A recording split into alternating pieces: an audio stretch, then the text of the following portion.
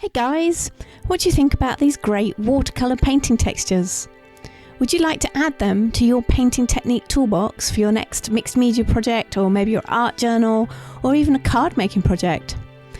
Well, keep watching because I'm going to show you an easy way that you can achieve this wonderful texture as well.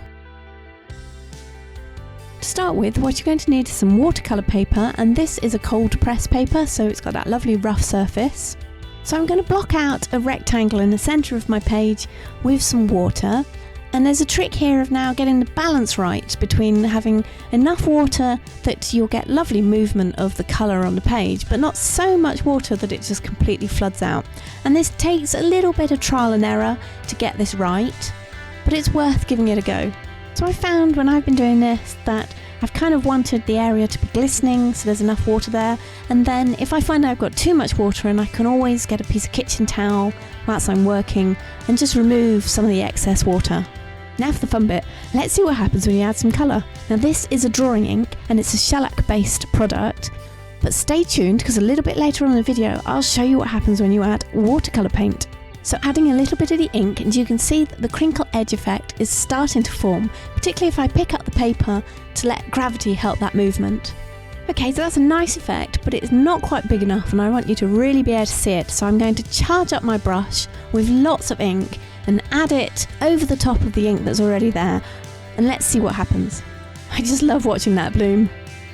And as you can see, you can go for a small effect, nice and subtle, or you can do something large.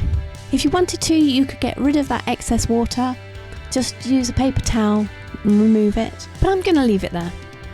Because now what I want to do is show you what happens when you add another colour. And this time I'm just going to flick it onto the surface. And drawing ink is particularly fun to use in this technique because, as you've seen, you do get a split of the component dyes in some parts when you've added it to the water. So you've got another level of serendipity here and different effects going on, which can really add to the texture. That's how you get the texture using drawing inks, but what about using watercolour paints? The drawing inks were liquid, so I'm going to compare it against some liquid watercolour paint. But I'm also going to use some watercolour paint that comes in a pan format. Of course I'm going to have to add water to the paint and pan just to get it into a liquid form. I'm not entirely sure what the strength should be, so I'm just going to try it out and see what happens. The liquid paint, I'm also going to add a little bit of water to that because it is highly concentrated, and again I'll just try it and see. So my surface is prepped with water just as before, and the first one I'm going to try is the pan watercolour paint. And I have speeded up the video just a little bit so that you didn't have to sit here watching it slowly develop. But if you wanted to see it slower, then just use the speed option in the settings on the video. So I think the liquid watercolour paint worked really well, and the pan paint not quite as much, it was more diffused, and I think possibly this was because of the amount of pigment in the paint, and perhaps I diluted the pan paint down just too much. Anyway, that's an experiment for another day, and hopefully it will encourage you to have a go with what you've got in your stash and see what effects you can make. This final test piece was just in case you were thinking that perhaps it was something to do with the fact that I was using cold press paper.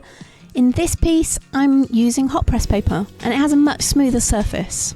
And you can still see that wonderful fractal-like edge to the paint. Give it a go, play about with the amount of water, the materials you want to try, the amount of pigment you use, and let me know how you get on with it.